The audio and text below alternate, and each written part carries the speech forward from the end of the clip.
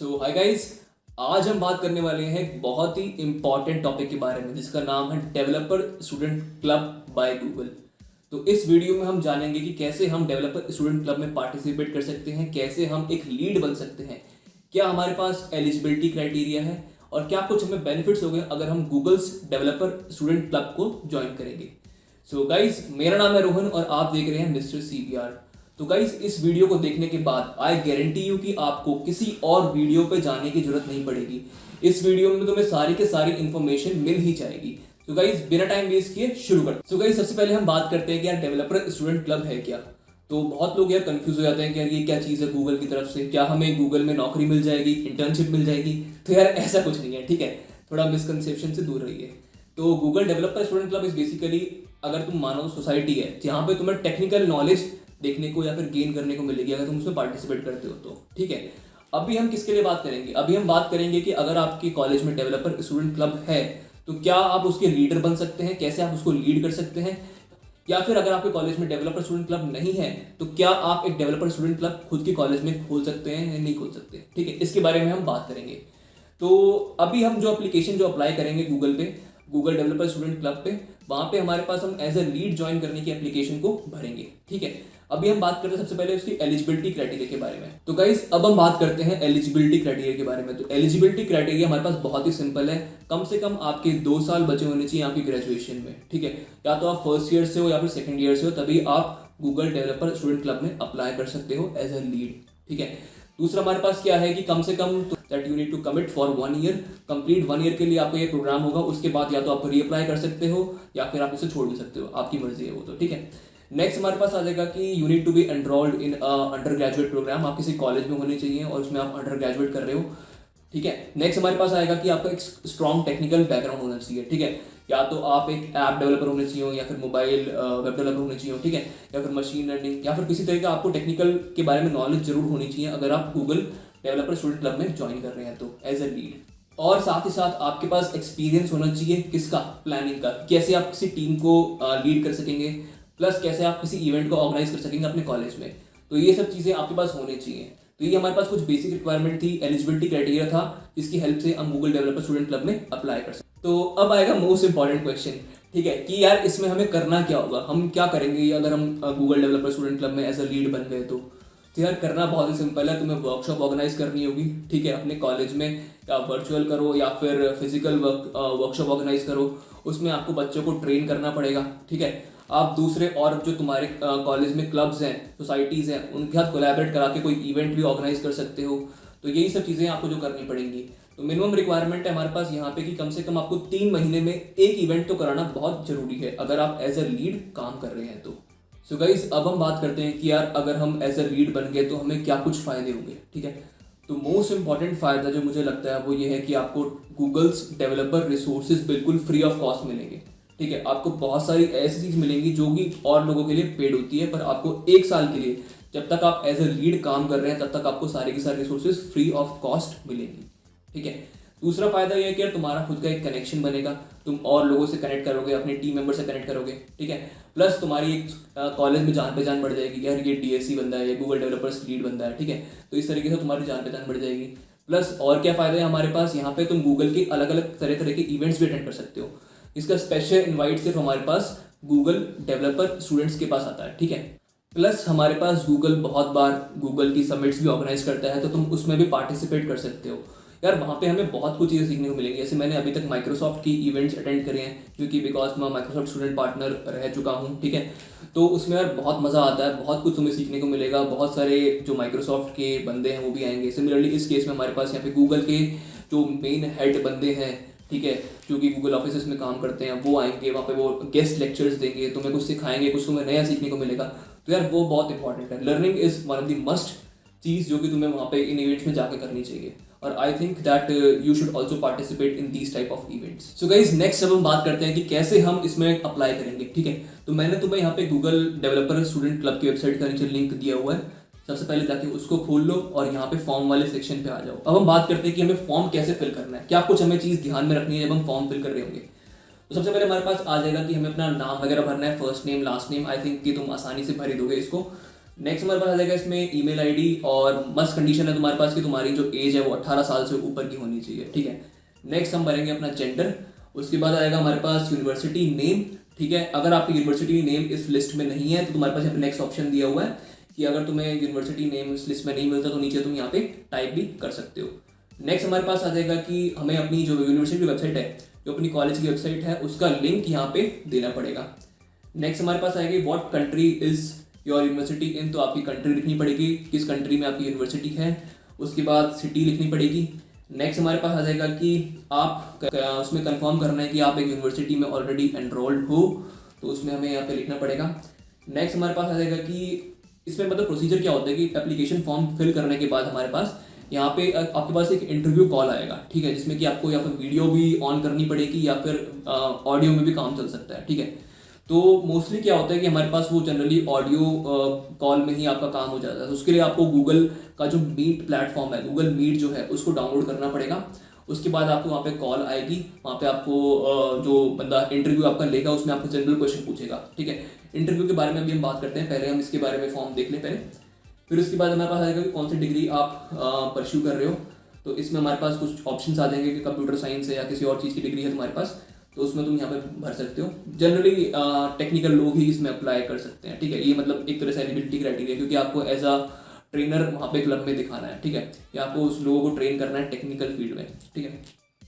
Next हमारे पास आ जाएगा कि एक्सपेक्टेड ग्रेजुएशन डेट की आपकी 2021 में ग्रेजुएशन हो रही है या 22 में हो रही है, तो उस तरीके से आपको यहाँ पर डालना पड़ेगा। नेक्स्ट हमारे पास आएगा when does your university calendar year start. तो हमारे को यहाँ पे फिल करना है बेसिकली कि हमारा जनरली जो नेक्स्ट सेमेस्टर है या फिर नेक्स्ट सेशन है, जो कंप्लीट ईयर है, वो कब से स्टार्ट होता है। तो उसमें जैसे हमारे कॉलेज की बात करो तो अगस्त में स्टार्ट होता है, नए एडमिशन अगस्त में खत्म हो जाते हैं, उसके बाद फिर एक नया ईयर स्टार्ट होता है, तो मैं यहाँ पे अगस्त भर दूंगा, ठीक है। तो गाइस नेक्स्ट हमारे पास आ जाएगा कि आपने क्या किसी डीएससी इवेंट में पहले कोई पार्टिसिपेट किया है, अगर किया है तो यस भर सकते हो, वरना नो, ठीक है। अगर आपके पास कोई डीएससी का कोड है, अगर आप पहले भी रह चुके हैं तो उस केस में आप यहाँ पे कोड भर सकते हैं। नेक्स्ट हमारे पास आएगा कि क्या आप किसी गूगल की कम्युनिटी प्रोग्राम्स हैं, जैसे कि हमारे पास हो गया GDG हो गया, BDC हो गया, WTM, ठीक है। तो अगर आप इनमें से किसी के साथ भी एसोसिएटेड हैं तो उसमें आप लिख सकते हैं। और उसमें नेक्स्ट हमारे पास आ जाएगा कि आपका क्या रोल था, अगर आप उसमें एसोसिएटेड थे, पहले कभी काम किया था उन सब चीज़ों में। तो नेक्स्ट हमारे पास आएगा कि अगर आप किसी और कम्युनिटी में पहले थे, जैसे कि माइक्रोसॉफ्ट स्टूडेंट पार्टनर या फिर किसी और तरह के स्टूडेंट पार्टनर्स में थे, तो तुम उसके भी लिंक्स यहाँ पे शेयर कर सकते हैं, जो भी आपने वहाँ पे काम किया था। नेक्स्ट हमारे पास आएगा मोस्ट इंपॉर्टेंट चीज़, वीडियो अपलोड करने की। यार बहुत लोग यार वीडियो अपलोड करने में काफ़ी डर जाते हैं कि यार वीडियो कैसे बनाऊंगा मैं, कैसा मेरा बैकग्राउंड आएगा, मेरी वॉइस कैसी होगी। तो यार उसके लिए एक मोस्ट इंपॉर्टेंट चीज़ है कि यार तुम्हें जो भी तुम बोल रहे हो, पहले उसकी एक छोटी सी स्क्रिप्ट तैयार कर लो, तुम्हें क्या बोलना है, उसके बाद उसे याद करके फटाफट से बोल दो।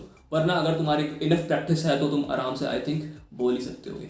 सो गाइस इस क्वेश्चन में हमें यहाँ पे 3 ऑप्शंस दिए गए हैं, ठीक है।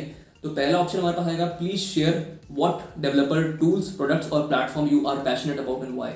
तो यार ये क्वेश्चन तो तुम पे डिपेंड करता है। अगर मैं इसका सैम्पल आंसर दूँ तो इसमें हम क्या कर लिख सकते हैं।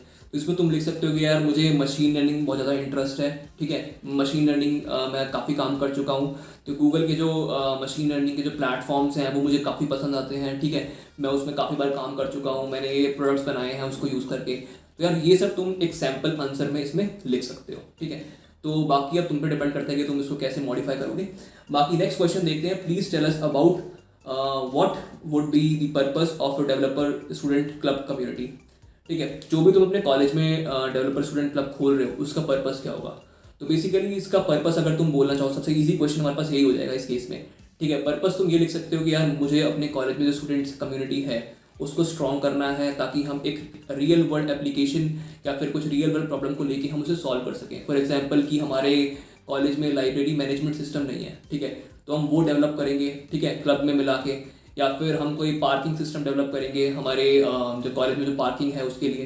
तो इस तरह की तुम इसमें आंसर भर सकते हो। नेक्स्ट हमारे पास आएगा tell us about a challenge student interested in becoming developer are facing on your campus. So guys इसमें तुम क्या लिख सकते हो। तो इसमें तुम ये लिख सकते हो फॉर एग्जांपल कि यार हमारे कॉलेज में जो स्टडीज़ होती हैं उसमें बेसिकली आपको डेवलपर बनना नहीं सिखाया जाता, उसमें सिर्फ आपको रटाया जाता है, ठीक है। थ्योरी वगैरह पर ज़्यादा फोकस किया जाता है। तो हम प्रैक्टिकल नॉलेज पे इस क्लब में फोकस करेंगे, ठीक है।